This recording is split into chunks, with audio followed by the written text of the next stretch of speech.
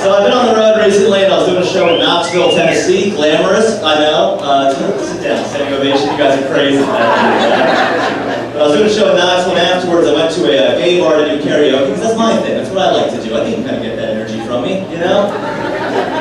That's just how I like to celebrate after crushing in front of 12 people in a rundown movie theater in Knoxville, Tennessee. That's like, you know, it's a success. I know why my dad doesn't talk to me. Anyway, so I'm sitting at this gay bar, you know, and I'm watching the karaoke happen. I'm sitting at the bar, putting out the vibe, and a very beautiful specimen of a man, really big guy, he comes walking in, he looks at me, he likes what he's seeing, so he comes walking over, we start talking a little bit, you know. He buys me a beer, we keep chatting, he buys me a shot, it's going well, you know. And then finally he looks at me and he goes, "Hey, you see that guy over there?" And the guy he points at is a very effeminate man. Very effeminate. On a scale of 1 to Will Abeles, this guy's like a 9. In case you forgot, I'm Will Abeles. Remind me who the hero is real quick.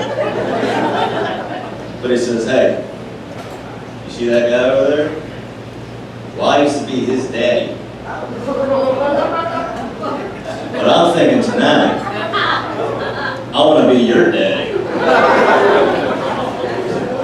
And I said, "Excuse me?" And he backtracks, and he's like, "Well, did you see that guy over there? You see that guy over there? Well, I used to be his dad." I said, "No. I heard what you said. The only problem I'm hearing is, you're already talking to daddy."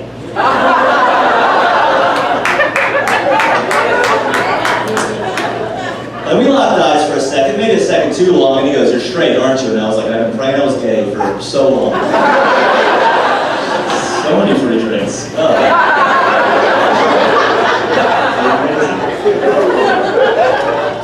But I've been living in Nashville for a little over a year now. I've been living here for a year now. I love it. It's a lot of fun. I'm trying to embrace the culture. I bought these boots. Bought them, and then immediately was told that they're women's boots. That happened, but then I told that person, "Hey, don't, assume the gender of my boots. You know, they're boots. You know what I mean? Like, grow up, grow up, grow up." That's what I'm saying. But I don't know. It took a little bit of an adjustment period moving. I moved from New York City down here to Nashville, right? All right, couple of New Yorkers, keep it quiet. But there's an adjustment period for me, right? I feel like I'm finally adjusted. You know, the biggest thing I had to adjust to was the way Nashville was handling COVID. Science proved. Look, no one likes to talk about COVID anymore, right? I'm not gonna, I can't say that COVID's over, but I can say that I used an N95 mask that fixed a wobbly table at a restaurant the other day. And we're getting there. We're pretty close, I think. But I don't know. It was just different. Like, remember last summer when the Delta variant was around? You guys remember the good old days? There's just a little pop of Delta running around, making grandma sick every once in a while. So last summer when the Delta variant kicked up, I called a friend back in New York City and I said, "Hey, how are things in New York right now?" And she said, "Oh my God, it's so intense. I just had someone from the New York State Health Department show up at my front door and they told me I might have been exposed to COVID." And I was like, "That's really intense. It's very overbearing." She's like, "Yeah, what's it like in Nashville right now?" And I was like, "It's almost like the exact same thing."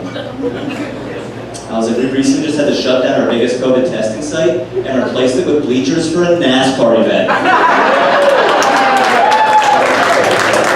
Like, "Sorry, CDC, you're not going to give us NASCAR? Then take it away!" Not happening. Make the boys mad. The boys, they can't get mad, we learned. I don't get mad. I don't know. I was in New York recently. I was doing, like I said, I was on the road, and I was in New York, at a show in New York, and then I got coffee with my ex, which, big mistake there, all right? Huh? Not supposed to do that. Not supposed to do that at all. But I got coffee with her, because I haven't seen her in a couple years, and she just had a baby. She just had her first baby, right? And that happens, you know? People have babies, especially my ex. The only reason I'm bringing it up is because when I found out she was pregnant in the first place, I was in a very interesting situation. So there's a show here in town, in Nashville, once a month on a Sunday at 4 p.m. We do a show, a comedy show at a strip club.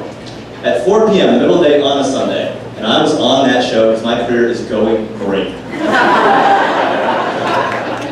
And the way they set the show is it's 2 comics, a stripper, 2 comics, a stripper, 2 comics, and then it goes back to being a strip club as it should. And so I'm on stage, I'm doing my set, and there was this drunk dude who he was with a beer hockey league from Austin, which just sounds like hockey to me, but he was kind of drunk and he yells out, "Bro, I'll give you like $50 to take your shirt off." And I'm like, "Dude, you're talking to daddy. I'm like 1 button away from not wearing a I would have done that shit for free, but sure, I'll take your money. And then I made 80 bucks. I made 80 bucks for a 5-minute set. Time to get stripping now. I understand. Also, this doesn't feel nice. Let's start Venmoing strippers. I'm going to start that campaign right now, because that didn't feel good at all. But I get off stage, the set goes well, I got 80 bucks in my pocket, I'm feeling pretty good about myself. Not like great, but I'm feeling good about myself.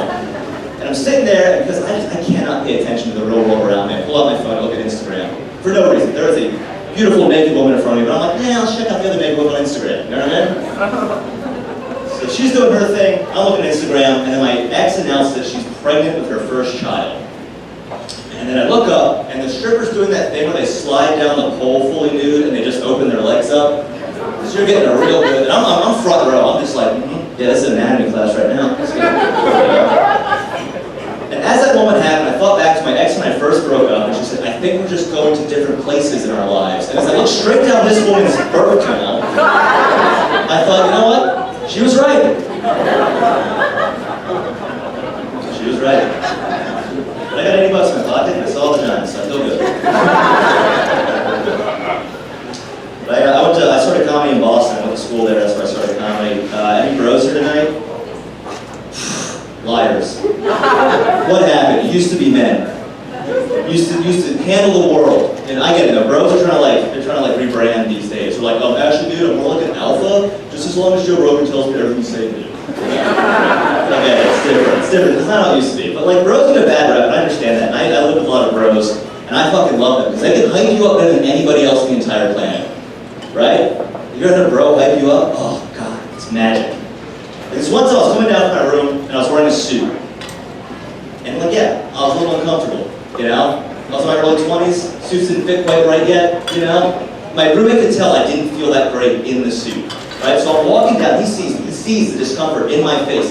He's eating Chinese food on the couch, he drops the Chinese food, he cuts me off before I go out the door, and he's like, whoa, whoa, whoa, bro! Are we trying to fuck tonight? You're looking mint as hell, kid. Bro, are we trying to smash tonight? Because right now, you look like Tuesdays at noon where I stare at the sun for an hour, like, I know I'm not supposed to, but I can't fucking look away, kid! Bro! Are we trying to get it in tonight? Because newsflash, if we're not prepared to get it in tonight, go upstairs, do your stretches, then get back out there. Anyway, the kid, I love you, you look fantastic. If she's got a friend, you call me, I'll call my dad, I'll borrow his fucking suit, and then I'm fucking there. But stay safe, love you, kisses.